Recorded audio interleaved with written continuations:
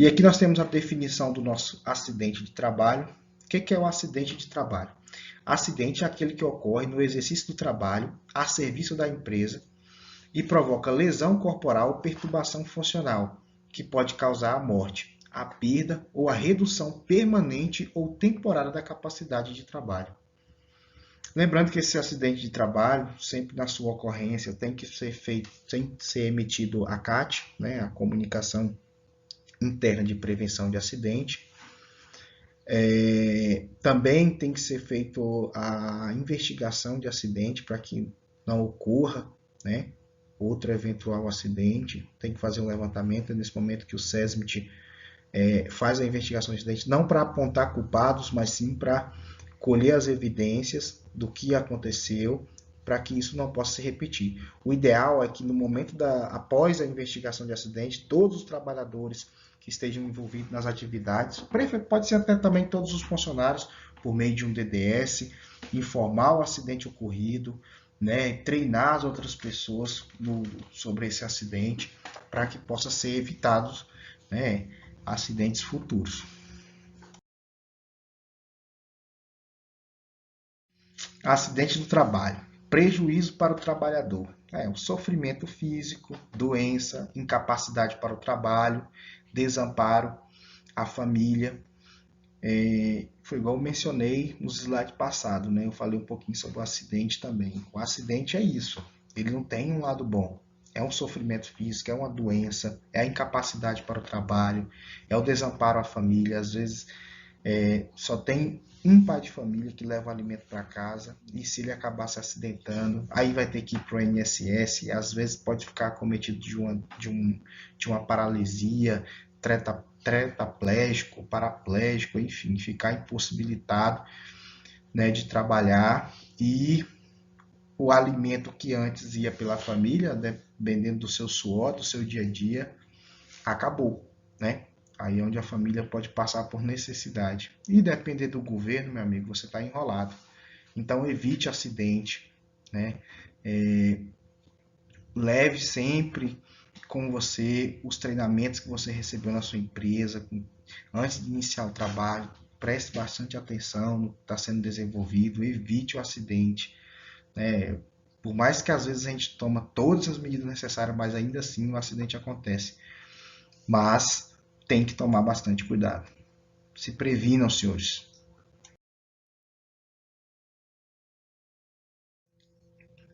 Prejuízo para a comunidade. Aumento de custo de vida, né? Ausência de mão de obra, aumento de impostos, aumentos de dependentes. Aqui é a consequência, né? Igual eu falei para os senhores, o acidente de trabalho não é só um prejuízo só para o trabalhador, mas para a empresa. Reflete até na comunidade, né? No seu meio onde você está inserido. O acidente de trabalho ele não tem lado bom. Prejuízo para a empresa. Imagem comprometida, perda de tempo, perda de materiais, aumento de despesas, baixa produtividade e processos judiciais.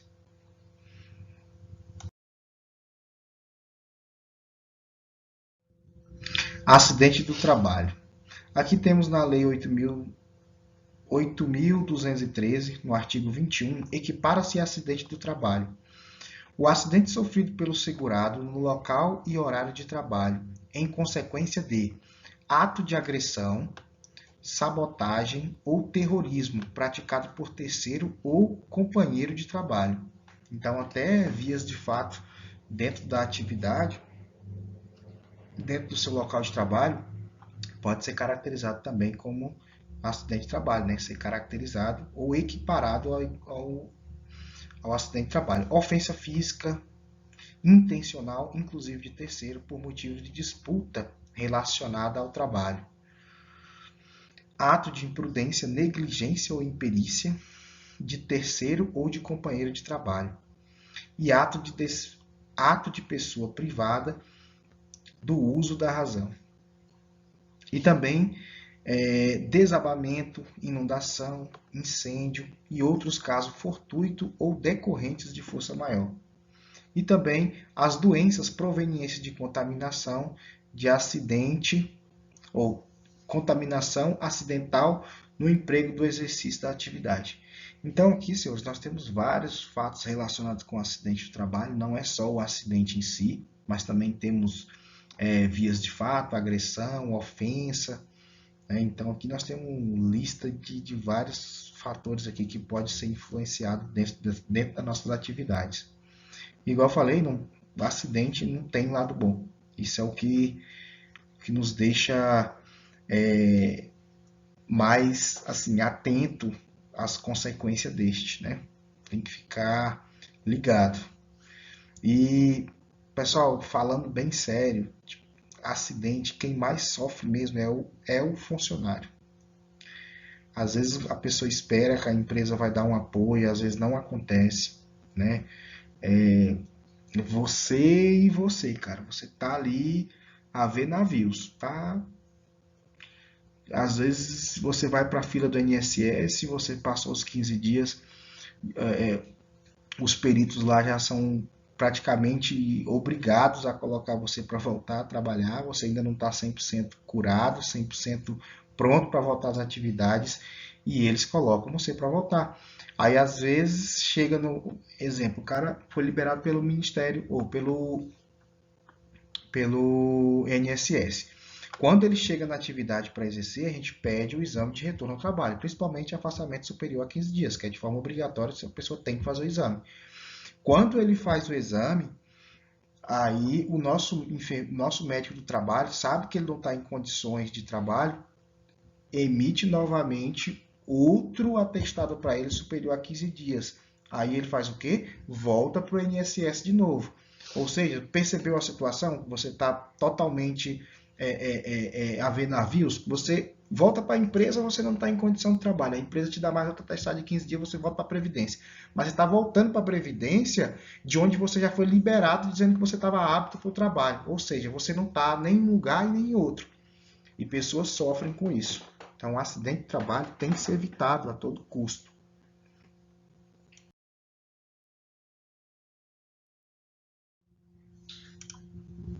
Continuando aqui, equipara-se acidente de trabalho. O acidente sofrido pelo segurado, ainda que fora do local e horário de trabalho. E aqui nós temos os itens, né? Na execução de ordem ou na realização de serviço sobre a autoridade da empresa, na prestação espontânea de qualquer serviço à empresa para lhe evitar prejuízo ou proporcionar proveito. Né? Aqui tem vários casos, né, do funcionário que, a pedido da autoridade da empresa, exerça um pagamento de uma conta, que realize determinado trabalho fora, né, do seu ambiente de trabalho. Então, pode ser caracterizado também como acidente de trabalho. Em viagem a serviço da empresa, inclusive para estudo, quando financiada para esta dentro de seus planos para melhorar a capacitação de mão de obra, independentemente do meio de locomoção utilizado, inclusive veículos de propriedade do segurado. Acontece muito, né? Às vezes o trabalhador, aqui no Distrito Federal mesmo, tem várias empresas, não falo a RCS que eu ainda não presenciei nenhum caso, mas às vezes tem um treinamento apenas fornecido em São Paulo, ou um determinado equipamento que veio de fora, que aqui no Distrito Federal não consegue esse treinamento, então a pessoa precisa ir para fora, ou até mesmo nos Estados Unidos, ou qualquer outro local, né? Eu falo isso a exemplo de muitos equipamentos modernos que nos data center tem, na Petrobras e em vários locais de contrato da RCS, onde necessita de um treinamento específico. E aqui embaixo, aqui na parte de baixo do texto fala, ó, inclusive o veículo de propriedade do segurado. Às vezes a pessoa abre mão de avião, né, ou de ônibus, quer ir no seu próprio veículo, e acontece também a caracterização do acidente de trabalho. Equipara esse acidente de trabalho, qualquer acidente ocorrido nesse percurso. No percurso da residência para o local de trabalho, deste para aquela, qualquer que seja o meio de locomoção, inclusive veículo de propriedade do segurado. Aqui é quase o mesmo caso, mas só que é um acidente de trajeto, né? Aqui nós temos, considera-se acidente de trabalho do seu acesso da sua casa, trabalho, casa, né? Não importando o meio de locomoção. Mas aqui tem um ponto muito importante. Para a caracterização desses acidentes aqui, para se equiparar ao acidente, ele tem que estar envolvido na atividade. Imagine, percurso de casa-trabalho ou trabalho-casa. Imagine que você está saindo do seu trabalho e está indo para casa. Se você sai do seu trabalho e passa no boteco, vou tomar uma com meus amigos.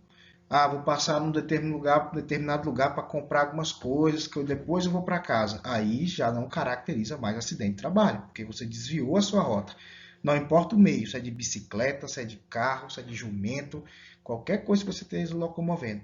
Mas se você desviou a sua rota para atender outras coisas particulares que não faz parte do seu trajeto, não mais caracteriza como acidente de trabalho, ok? Nos períodos destinados à refeição, descanso ou por ocasião de satisfação de outras necessidades fisiológicas no local de trabalho ou durante este, o empregado é considerado no exercício do trabalho. Esse item aqui é muito importante, porque eu já trabalhei na área da construção civil e nesse período de descanso, já teve locais que a gente tinha 1h30 de descanso. Aí nesse momento, o que as pessoas queriam fazer? Jogar bola. Aí é um problema sério, porque lá o pessoal começava a jogar bola, aí torcia o pé, aí virava uma confusão, porque se é uma garantia do trabalhador que ele também, nesse período de refeição e descanso, eles também estejam relacionados ao acidente do trabalho, mas aqui é bem claro, né? O período de refeição ou descanso por ocasião de satisfação de outras necessidades fisiológicas, né? Tu tá indo no banheiro, vai tomar um banho, mas o pessoal queria jogar bola nesse período. Aí criava uma confusão danada e teve que tomar as medidas administrativas do cancelamento do futebol, tá, senhores? Então tem que ficar muito esperto com isso.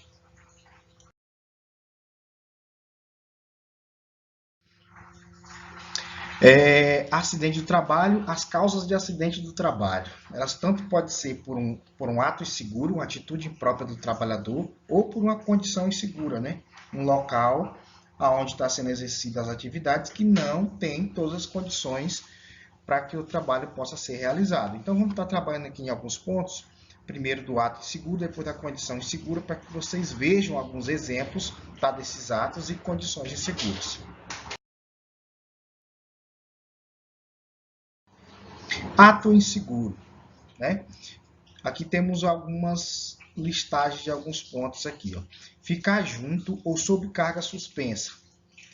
Usar máquina ou equipamento sem habilitação. Lubrificar, ajustar, limpar máquinas em movimentos. Inutilizar dispositivo de segurança. Usar roupas inadequadas.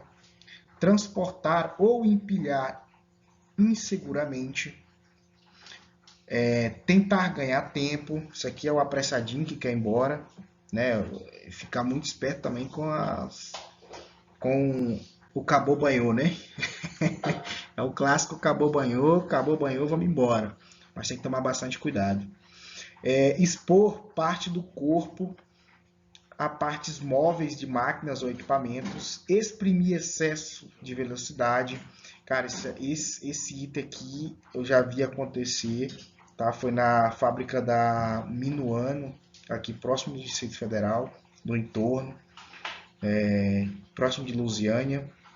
O trabalhador tirou o dispositivo de limitação de velocidade do equipamento justamente para fazer mais cortes, mais rápido. Aí onde aconteceu o acidente, ele teve a perda de membros, né, da mão. Então foi trágico. Improvisar ou fazer uso de ferramentas inadequadas à tarefa exigida. Não usar os EPIs, outro item aqui, campeão. Tem funcionários que é esse negócio de fazer rapidinho, vou fazer o serviço aqui rapidinho. Aí, eu estou fazendo essa atividade aqui, nunca aconteceu nada. Aí vai lá, tira o EPI, pois no momento que ele acaba de tirar o equipamento, é no momento que acontece o acidente.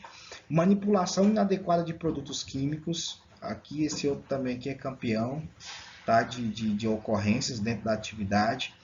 Né? O pessoal não conhece dos equipamentos e acaba utilizando, né? Sem usar máscara, sem ler a FISC, não sabe. Se tem um contato com a pele do produto, ele não sabe o que fazer, tá? Então acontece muito. Fumar em lugar proibido. Lembra lá do espaço confinado que eu falei lá atrás? Fumar, meu amigo, você tem que evitar todos os locais. Tá? Não faz bem para a saúde. Se você é fumante, me desculpe, tá? Mas você tem que mudar os seus hábitos. Tome bastante cuidado. E consumir drogas ou bebidas alcoólicas durante a realização da atividade. É um fator também que na manutenção talvez não seja tão presente, mas na construção civil isso aqui é campeão, tá? Qualquer droga, qualquer bebida que tire você das suas funções normais, ela é um risco constante para as atividades. E aqui é um fator forte, forte, forte para a ocorrência de acidente.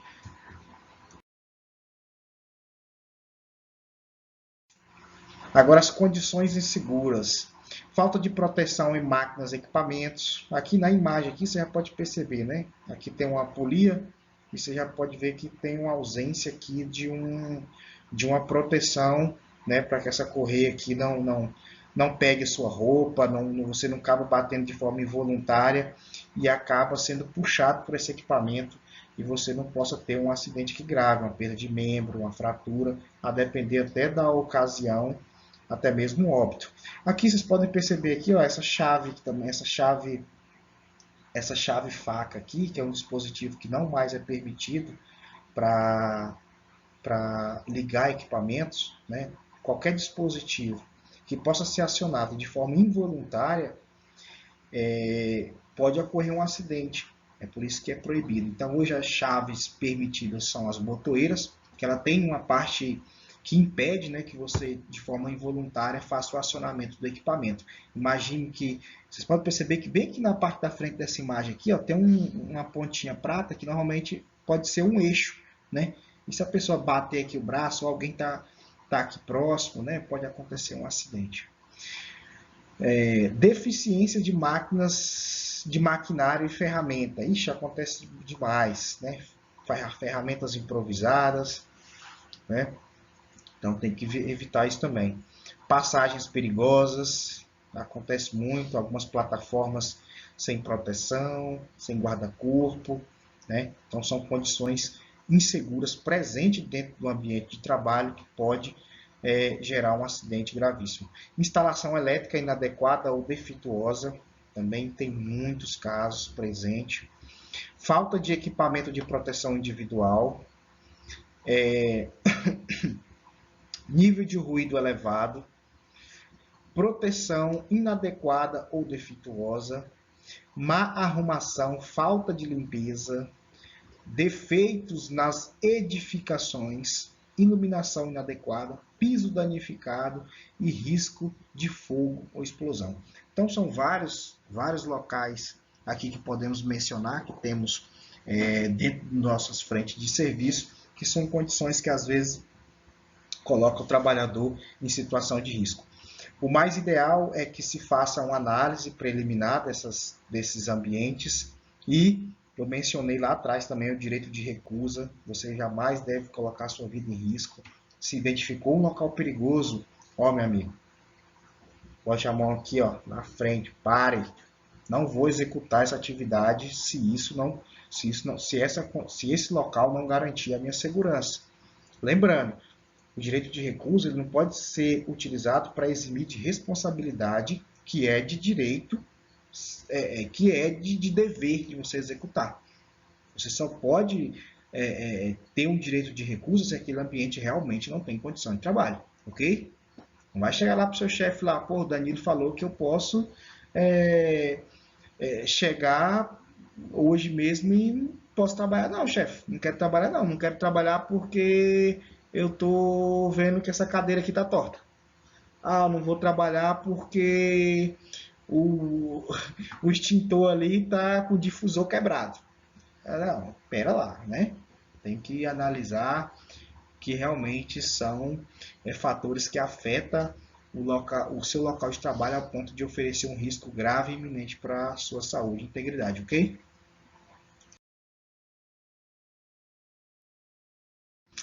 Primeiros socorros. Senhores, eu vou dar uma pincelada aqui rápida sobre o primeiros socorros, mas eu trouxe um videozinho bem esclarecedor Eu tinha um plano de fazer um demonstrativo com a nossa equipe aqui de brigada do CTC, mas em função da pandemia, nós estamos evitando essa aglomeração. Então, eu trouxe um vídeo bem esclarecedor que vai nos mostrar quais as ações que tem que ser tomada em virtude de uma ocorrência de acidente.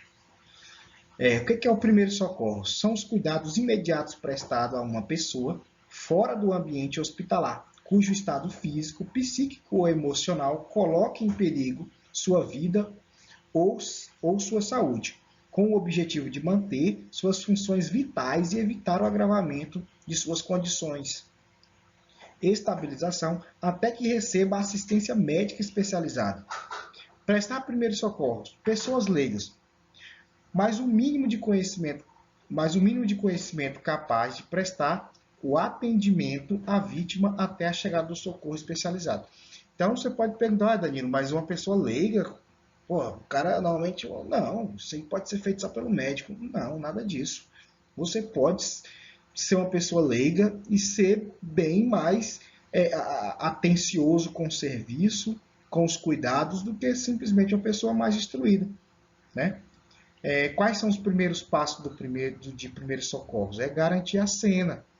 Chegou numa ocorrência de acidente, você tem que averiguar o local, garantir também a sua segurança, né? Ligar para o corpo de bombeiro. Então são medidas que não requer você ter um pós-doutorado, um mestrado, um curso de medicina, para que você possa tomar as primeiras medidas ali de primeiros socorros, né? Você não pode ser negligente, eu não vi aquilo ali acontecer, né? Não pode fazer isso, mas você pode fazer, ligar para o bombeiro de imediato, comunicar o seu encarregado de imediato, comunicar o técnico de segurança da ocorrência do acidente. Isso já está sendo primeiros socorros. Primeiros socorros não é só você chegar no atendimento direto à vítima, mas assim garantir a cena, ligar para o corpo de bombeiro, tudo isso você vai estar ajudando, tá, no seu ambiente de trabalho.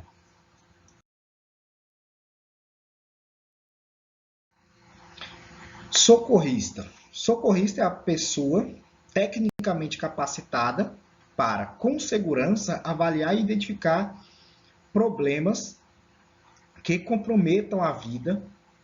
Cabe ao socorrista prestar o adequado socorro pré-hospitalar e o transporte do paciente sem agravar as lesões já existentes. O socorrista deve se preocupar em manter as funções vitais, evitar o agravamento das condições e providenciar a assistência médica. Então, esse aqui é o ponto-chave, né? O socorrista, até para o socorrista privado, existe um limite, né, para esse atendimento. Ele vai garantir que sejam mantidas as funções vitais, ele vai evitar o agravamento das condições e ele vai providenciar uma assistência médica, né? Ligar para o corpo de bombeiro também, vai tomar essas providências, né? Nós temos uma brigada particular, ele não vai levar o cara lá para o ambulatório e querer fazer procedimentos hospitalares que não tem recurso, né? Então aqui temos as partes básicas que pode ser feita para atendimento dessa pessoa, tá ok? Então no próximo slide aqui vamos iniciar o nosso vídeo, depois vamos fazer alguns comentários e vamos tocar o barco, ok?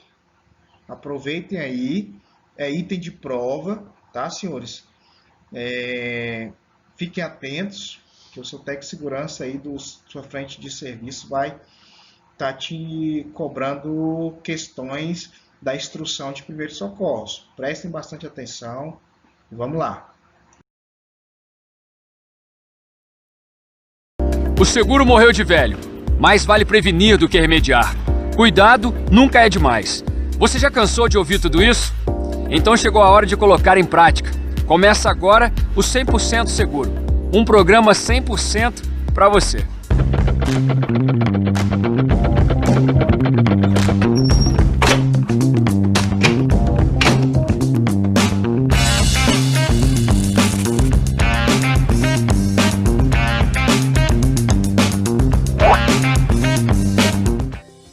Pintou alguma emergência? Hoje você vai ver como agir em situações como essa. e as dicas para transportar quem se machucou. Tudo isso na maior segurança. Caiu, bateu, levou um choque ou se cortou? Quando acontece um acidente, pequenas atitudes podem salvar vidas. Elas são simples, mas essenciais enquanto a assistência médica não chega. Para começo de conversa, lembre-se do kit Primeiros Socorros. Ele é guardado por um trabalhador treinado. E todas as frentes com mais de 50 profissionais precisam de ambulatório. Numa emergência, qualquer pessoa pode ajudar, mas é preciso saber o que fazer na hora do aperto. Se o acidentado ficar preso em escombros ou desacordado por conta da fumaça, ele deve ser retirado do local. Apesar da pressa, o socorrista deve agir com muito cuidado. Mas se for esperar pelo corpo de bombeiros, o melhor é tranquilizar a vítima. Identificar os machucados usando luvas descartáveis para evitar contato direto com o sangue e fazer os primeiros tratamentos. Lesões na boca ou fratura na mandíbula, a posição certa é a barriga para cima. E se o ferido estiver inconsciente, vai precisar ficar de lado ou com a cabeça virada para a lateral. Lábio roxo, respiração barulhenta ou muito baixa. Se o paciente estiver com dificuldade para respirar, se liga. A cabeça dele deve ser inclinada e o queixo levantado. Isso porque a língua relaxada pode atrapalhar a entrada de ar. Se for preciso, limpe a secreção da boca com um pano. Se acontecer uma parada respiratória, respiração boca a boca já. Ela deve ser feita 2 vezes e alternada com 30 compressões no tórax. Em média, são 4 ciclos desse por minuto. E assim vai até a chegada do socorro. Mas o local deve ser ventilado. E se o socorrista não tiver experiência com a respiração boca a boca e nem a máscara apropriada para esse tipo de socorro, ele deve fazer apenas as compressões. Agora é a hora de identificar as lesões. Mancha de sangue pode ser hemorragia. Para ter certeza, a roupa deve ser rasgada. Confirmada a suspeita, é só apertar o machucado com gás, lenço limpo e prender em volta com o mesmo material. Se possível, levante a parte do corpo ferida. Mas lembre-se de usar luvas ou então pedir para o próprio acidentado pressionar a área. Tem machucado que não dá para apertar, como fraturas abertas com exposição do osso. Em vez de comprimir o local, aperte os pontos estratégicos do corpo. Daí, a circulação diminui e o sangramento também. Essa técnica é chamada de compressão ponto arterial. Para evitar a diminuição da temperatura do corpo, as roupas não grudadas à queimadura devem ser retiradas e a vítima aquecida com cobertores.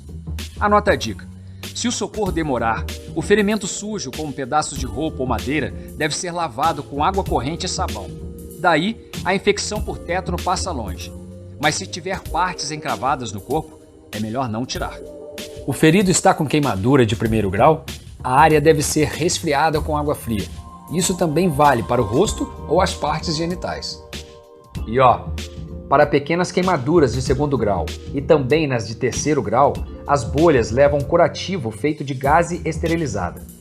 E se mais de 20% do corpo estiver queimado, o resfriamento só deve ser feito se a intenção for apagar as chamas. Agora, se a queimadura for generalizada, a história muda. A vítima deve ser colocada de costas e as pernas elevadas de 15 a 30 centímetros do chão.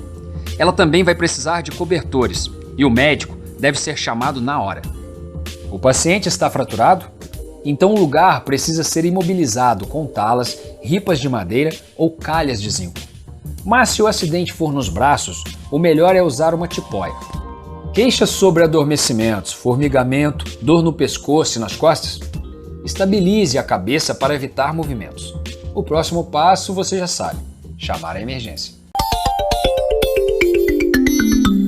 Quando o ferido estiver perdendo sangue ou respirando mal, peça ajuda ao hospital mais próximo e ao serviço móvel de atendimento à emergência de seu município. Mas se a ambulância não chegar, se liga nos detalhes para transportar a vítima. Todo cuidado é pouco para não piorar ainda mais as lesões. E a atenção é redobrada no caso de fraturas na coluna, braços e pernas. Em caso de trauma, a vítima deve ser imobilizada, posicionada em uma prancha e colocada no veículo. Caminhões ou caminhonetes são uma boa pedida. E se o acidentado piorar, o suporte básico, como compressões de tórax ou interrupção da hemorragia, deve ser mantido, mesmo durante o transporte. Nessas horas, ficar nervoso só atrapalha. É por isso que a vítima deve ser acompanhada por uma pessoa calma e capaz de ajudar. Lápis na mão? Anote as dicas. Hoje, você viu como agir num acidente. Quem se machucou deve ser retirado de escombros com cuidado.